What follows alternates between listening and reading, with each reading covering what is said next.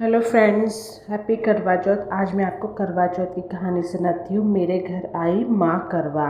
बहुत समय पहले एक छोटे से गांव में सरिता नाम की महिला अपने पति और 2 बच्चों के साथ रहती थी। सरिता एक आदर्श पत्नी और एक स्नेहमयी माँ थी। उसका जीवन साधारण लेकिन वह परिवार के प्रति पूरी तरह समर्पित थी। हर साल की तरह इस वर्ष भी सरिता करवा चौथ का व्रत पूरे विधि विधान से करने की तैयारी कर रही थी।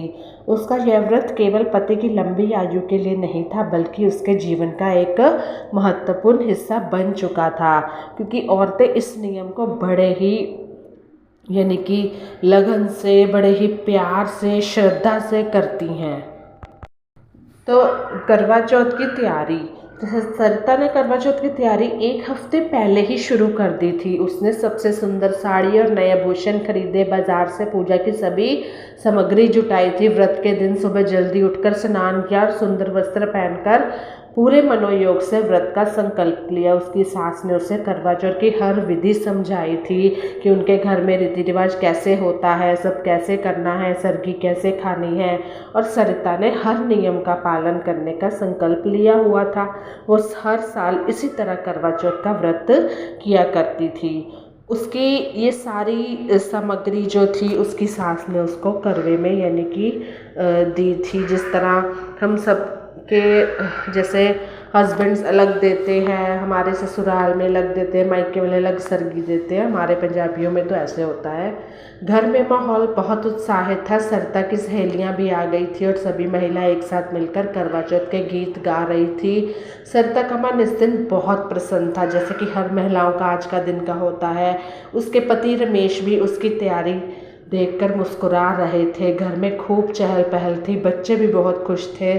सब मेहंदी लगवा रहे थे। उन्होंने सरिता के लिए उपहार के रूप में एक सुंदर कंगन लाकर दिया था रमेश ने, जिससे सरिता की खुशी और भी बढ़ गई।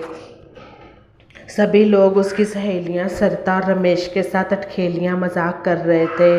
घर में जब इतने सब माहौल अच्छा होता है तो दिल वैसे ही लग जाता है। अब क्या था कि दोपहर के बाद जब सरिता और सहेलियां पूजा की तैयारी कर रही थी, तब अचानक दरवाजे पर किसी ने दस्तक दी।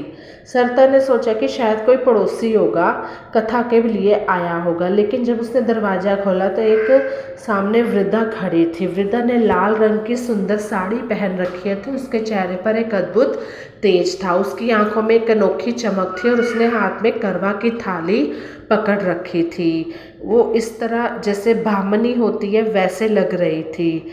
सरिता को पहले तो कुछ समझ नहीं आया, फिर वो अचानक देख के उनको नमस्कार बुलाने लगी और उनको अपने घर के अंदर आने के लिए न्योता निमंत्रण देने लगी। फिर क्या था, वो जो वृद्धा थी उसने सरिता से कहा, बेटा मुझे कुछ थोड़ी देर के लिए अपने घर में रहने दोगी, विश्राम करने दोगी? मैं बहुत थक गई हूँ, बहुत दूर से आई हूँ और यहाँ पे कोई आसपास कुछ भी नहीं है जिसके मैं जा सकूं। मैं थोड़ा सा थक गई हूँ, इसलिए मैं थोड़ा विश्राम करना चाहती हूँ।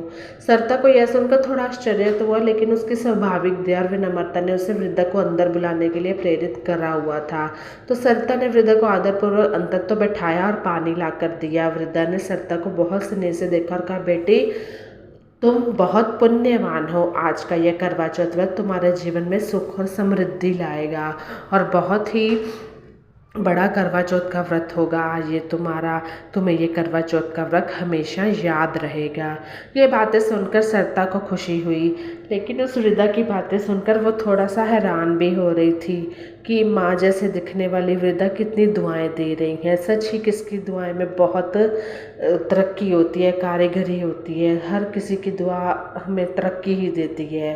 वृद्धा का रहस्य। सरिता ने वृद्धा से पूछा, माँ आप कहाँ से आए हो, इतनी दूर क्यों आए हो, जबकि आज तो करवा चौथ का दिन है? वृद्धा ने हंसते हुए कहा, बेटी मैं हर साल किसी के घर आकर इस पवित्र व्रत में शामिल होती हूँ।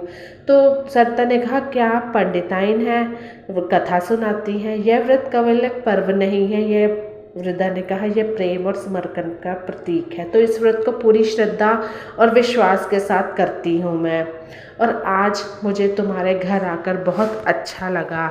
मैं चाह रही थी कि मैं तुम लोगों को कथा सुनाऊं, तुम्हारे साथ हंसते खेलते गीत बिताऊं, पूरा दिन मेरा खुशी भरा खेले, तो इसलिए मैं बहुत दूर से कहीं काम पे आई थी तो थक गई।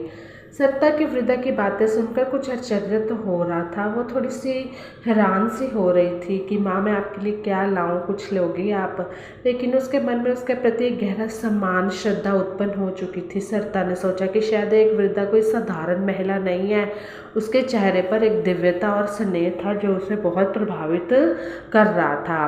क्योंकि त्योहार के दिन अगर आपके दरवाजे पर कोई आता है तो उसको कभी भी खाली हाथ नहीं जाने दें। ये हमारी हिंदू धर्म की परंपरा है, हमारी हिंदुओं की, है ना। तो चंद्रमा की पूजा, शाम का समय हो गया था और अब चंद्रमा को अर्घ देने का समय नज़दीक आ रहा था। तो सरिता ने अपनी पूजा की थाली तैयार की और वृद्धा से निवेदन किया कि वे पूजा में शामिल हो और हमें कथा सुनाए। और वृद्धा ने मुस्कुराते हुए सहमति जताई। सरिता और गांव की अन्य महिलाएं चंद्रमा की प्रतीक्षा कर रही थी। जैसे ही चंद्रमा निकला, सरिता ने अपने पति और परिवार की लंबी आयु, सुख समृद्धि की कामना करते हुए चंद्रमा को अर्घ दिया। वृद्धा ने भी उसके साथ पूजा की और सरिता को आशीर्वाद दिया। माहौल बहुत खुशनुमा था। आस पड़ोस की सारी औरतें थाली बटाने के लिए आई थी और गीत गा रही थी। सब सुंदर सुंदर साड़ियाँ पहन के आई थी, मानो मतलब किसी की शादी हो रही हो, इतना सुंदर सब लग रहा था। आज का दिन कहाँ गया पता ही नहीं चला। व्रत पूरा होने के बाद सरिता ने वृद्धा से कहा, माँ आपने पूजा को और भी पवित्र बना दिया है, धन्य हो माँ आप मेरे घर आई हो। तो वृद्धा ने सरिता को स्नेहपूर्वक देखा और कहा, बेटी मैं सदा तुम्हारे साथ ही रहूँगी, जब भी तुम्हें मेरी ज़रूरत होगी मैं तुम्हारे साथ ही रहूँगी। तुम्हें आज मुझे आदर और श्रद्धा से स्थान दिया, इसलिए मैं तुम्हारे जीवन में सुख समृद्धि का, शांति का आशीर्वाद देके जा रही हूँ। इस पर सरिता ने कहा, माँ कहाँ जा रही हो, कुछ देर रुको तो सही हमारे साथ। वृद्धा का लोप होना, आशीर्वाद होने के बाद वृद्धा ने कहा कि अब उसे जाना है। सरिता ने उन्हें रोकने की कोशिश तो की, पर माँ इतनी जल्दी क्यों जा रही हो, कुछ तो हमारे साथ रहो कुछ दिन। लेकिन जैसे ही सरिता ने वृद्धा को रोकने की कोशिश की, वृद्धा धीरे धीरे अदृश्य हो गई। सरिता बिल्कुल स्तंभ रह गई, मानो उसके पैरों से जमीन निकल गई हो। उसे समझ में आ गया कि वह वृद्धा कोई और नहीं बल्कि माँ करवा थी, जय माँ करवा, जो स्वयं उसके घर आई थी। सरिता का दिल श्रद्धा और भक्ति से भर गया। उसने माँ करवा का आभार प्रकट किया और उनकी उपस्थिति का आशीर्वाद समझकर गर्व महसूस किया। और उसका ये वाला करवा चौथ ज़िंदगी का सबसे यादगार करवा चौथ बन गया। और उसके जीवन में जो परिवर्तन आए, उस दिन के बाद सरिता पूरी तरह से बदल गई। उसके पति रमेश के व्यापार में अत्यधिक उन्नति हुई। उनके घर परिवार में खुशियों की बहार लग गई। सरिता हर साल करवा चौथ का व्रत कर और श्रद्धा और समर्पण के साथ करने लगी। उसे पूरा विश्वास हो गया कि माँ करवा स्वयं उसके घर आई थी और उनके आशीर्वाद से उसका जीवन समृद्ध हो गया है। तो अगर सच्चे मन से हम कोई भी कार्य करते हैं तो वो ज़रूर सफल होता है। भक्ति करते हैं तो ईश्वर ज़रूर सुनते हैं। तो इस कथा यही महसूस होता है कि अपना विश्वास, श्रद्धा अपने ईश्वर पर बनाए रखें। और हो सके तो हर साल जब सरिता करवा चौथ का व्रत करती तो उसे दिन की याद आती है, आज के दिन की। उसके जीवन में सुख समृद्धि शांति का कोई अंत ही नहीं था। उसकी श्रद्धा विश्वास ने उसे यह सिखाया कि दिल से श्रद्धा और प्रेम हो तो ऐसे ही देवी देवता स्वयं आपके घर आशीर्वाद देने आते हैं। तो वीडियो कैसे